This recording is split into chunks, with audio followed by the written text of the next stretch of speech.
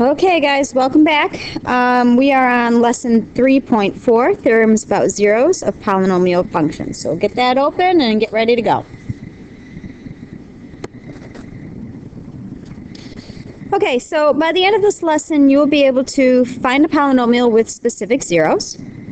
For a polynomial function with integer coefficients, find rational zeros and other zeros if possible.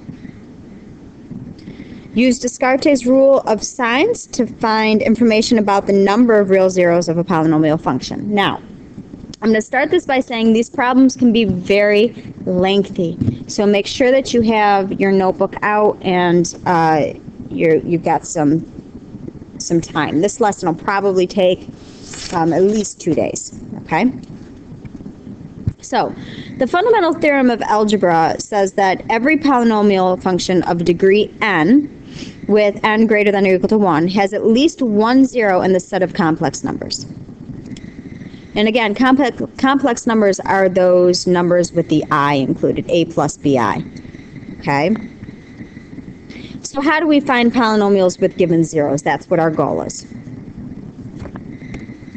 So let's take a look at one. I want to find a polynomial function of degree 3 having zeros 1, 3i, and negative 3i. All right, so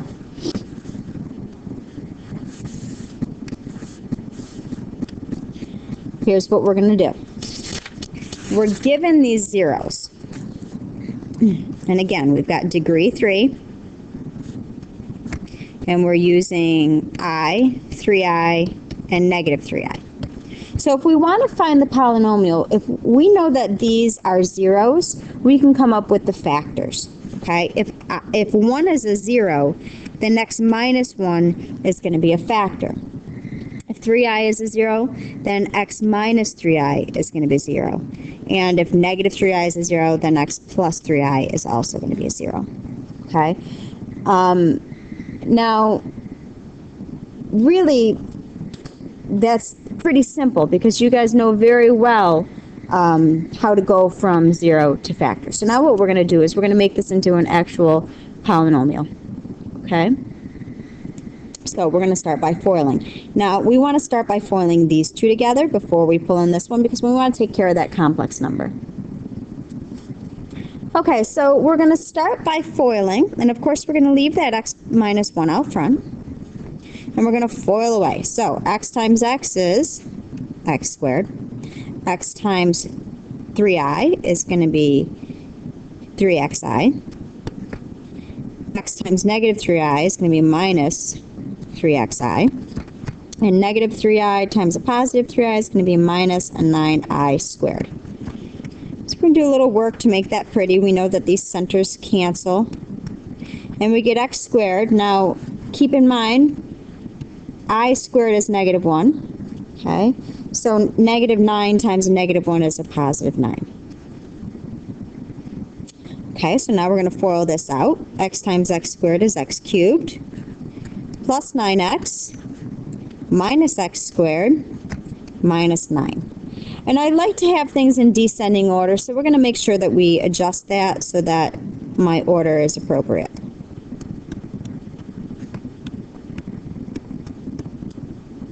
And there's our function. Okay? So what we do is we take our zeros, we turn them into factors, and then we multiply it out so that we have our polynomial function. And of course I want to call this f of x. Alright. So let's try another one. I'll find a polynomial function of degree 5 with negative 1 as a 0 of multiplicity of 3. 4 as a 0 with a multiplicity of 1, and 0 as a 0 with a multiplicity of 1. Oops, wrong one. Okay.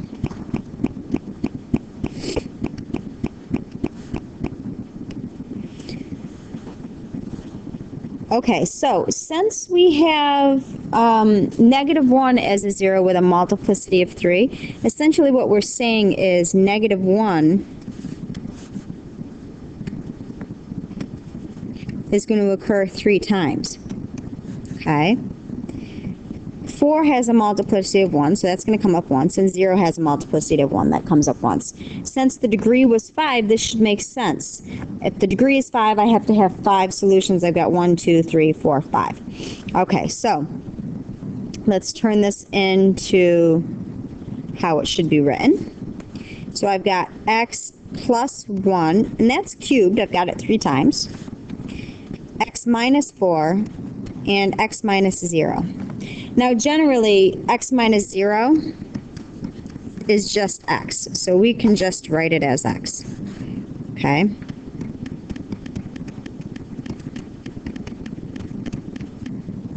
All right, now, we do have to cube this out, and remember, cubing it out does not mean x cubed plus 1 cubed. You have to cube it out. You have to do all 3 here. And we'll do this as a little side note, okay? So we know x times x is x squared plus x plus 1, or x squared plus 2x plus 1. And now we're going to multiply that by x plus 1. X cubed plus 2x squared plus x. So all I'm doing is distributing each one. Plus x squared, I'm distributing the 1 through now, plus 2x plus 1. Combine my like terms.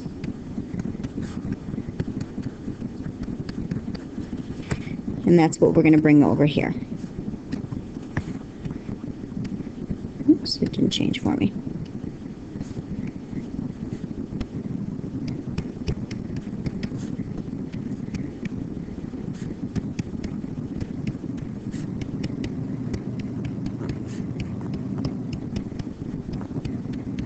Okay. So now what I can do is I can distribute that x through if I'd like, make it a little bit easier to look at.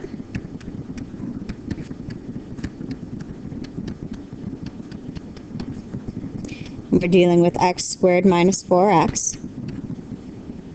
Okay. And now we have to multiply this through, so we're going to distribute this x squared through to each term. Then we're going to distribute the 4x through to each term. Okay? So like I said, these get lengthy.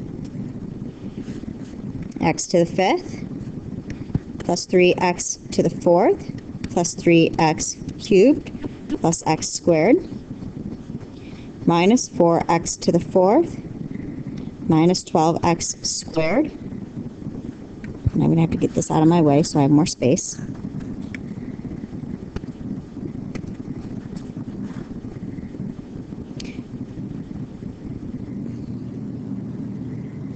Where did I leave off? 12x cubed minus 12x squared minus 4x. Combine our like terms. We've got an x to the 5th. We have a negative 4x to the 4th, positive 4x to the 4th. That's going to give me negative x to the 4th. Okay, we've taken care of these. X cubes, we've got 3x cubes and negative 12x cubes.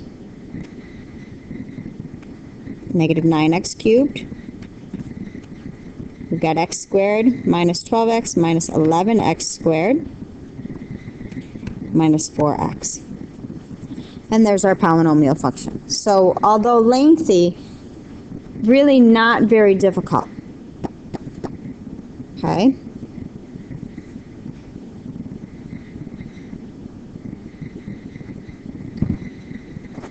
Okay.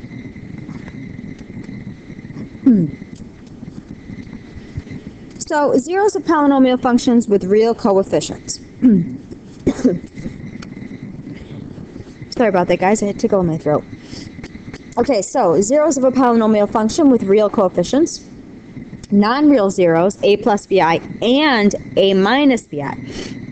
If the complex number a plus bi, where b doesn't equal 0, is a zero of a polynomial function with real coefficients, then its conjugate, a minus bi, also has to be a 0. Okay, so if you have one, you have to have the other. Okay, rational coefficients. When a polynomial function has rational numbers for coefficients, certain irrational zeros also occur in pairs, as described on the next page. So if I have irrational zeros such as a plus c squared to b, then I also have to have a minus c squared to b.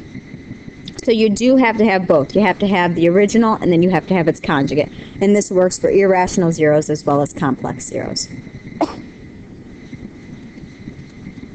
Okay, so suppose that a polynomial function of degree 6 with rational coefficients -2 plus 5i, -2i, and 1 minus the square root of 3 as 3 of its zeros. Find the other zeros. Okay, so now remember, we said if we have a complex number or an irrational number, we have to have its conjugates as well. So, if I have -2 plus 5i, then I also have to have -2 minus 5i. I have to have its conjugate. Okay? If I have -2i, then I also have to have +2i. Okay? And if I have 1 minus 3 square root of 3, then I also have to have 1 plus the square root of 3. So that gives me 3 original, and then 3 more on top of that gives me 6, so it matches my degree, which is what I want to have happen.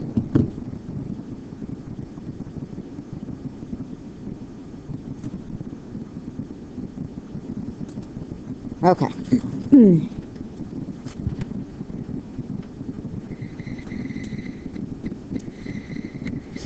So, find a polynomial function of lowest degree with rational coefficients that has negative square root of 3 and 1 plus I as 2 of its zeros. All right, I'm going to need more room for this.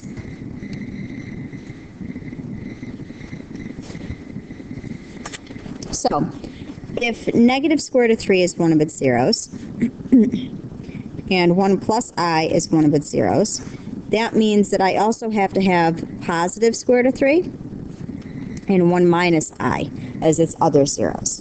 Okay? So now, as we did before, we're going to have to create the factors from this.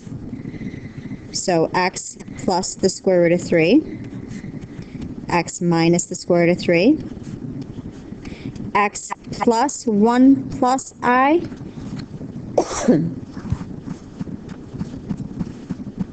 as well as x minus 1 minus I. Now, notice I put this 1 minus I in parentheses. The reason I did that is because we're going to have to take that minus and distribute that through. Okay? But as we go, let's put these together first. Let's FOIL these together first, and then we'll deal with this one on the end. So we're going to FOIL this out. So we get x squared.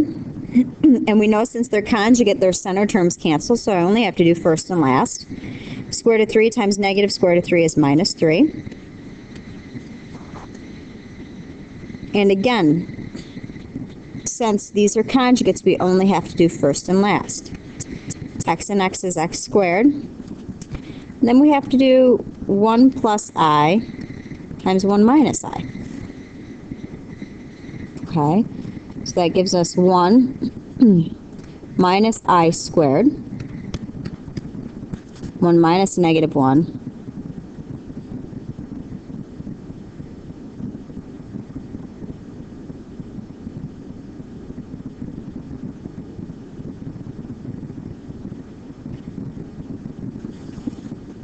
okay, I'm going to backtrack just a little bit here. Whoops, wrong one. Let's backtrack. I forgot to do the most important part. Good job, Mrs. Cucci. Okay. Like we said here, right? We need to deal with this. This isn't what I want it to be. So, we have to remember to distribute through that negative. So, it's going to be x minus 1 plus I. We have to distribute that through. Okay?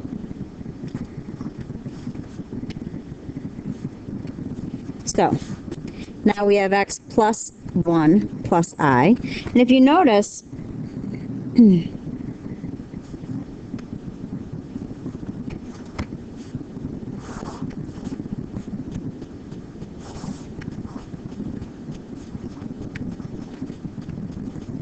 so if we notice, we have x minus 1 plus I, right? X minus 1 plus I.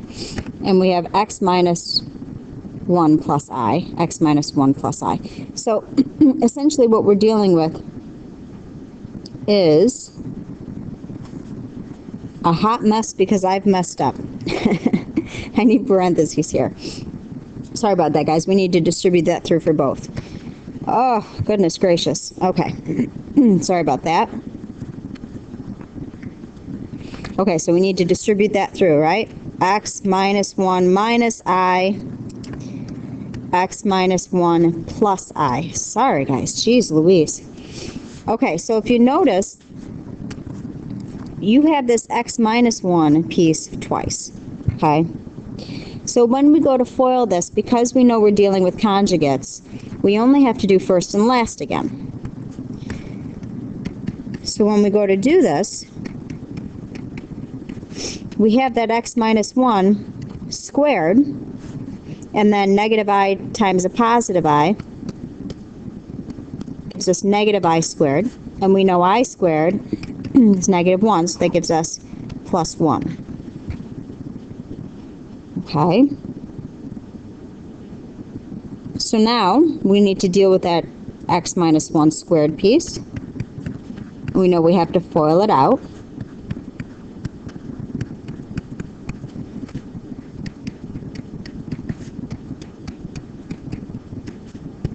That gives us x squared minus 2x plus 1 plus 1.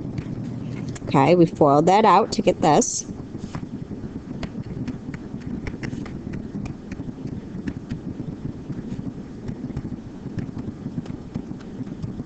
And then our last step is to distribute this through. X squared times x squared is x to the 4th. X squared times negative 2x is negative 2x cubed. X squared times 2 is 2 plus 2x squared. Negative 3 times x squared is minus 3x squared. Negative 3 times 2x is positive 6x, and then minus 6. Last bit, combine my like terms. Negative 2x cubed minus 3x cubed. Nope, that's our only x cubed, so we leave it. 2x squared minus 3x squared gives us negative 1x squared. Plus 6x minus 6. So I apologize for the confusion in that one, guys. Won't let it happen again. Okay, so make sure that when we go from here, right, we make those factors. We get x minus 1 plus I, x minus 1 minus I. Distribute through those negatives, okay, so that we get our new ones. And then we can group our first term so that it's easier for us to FOIL that out.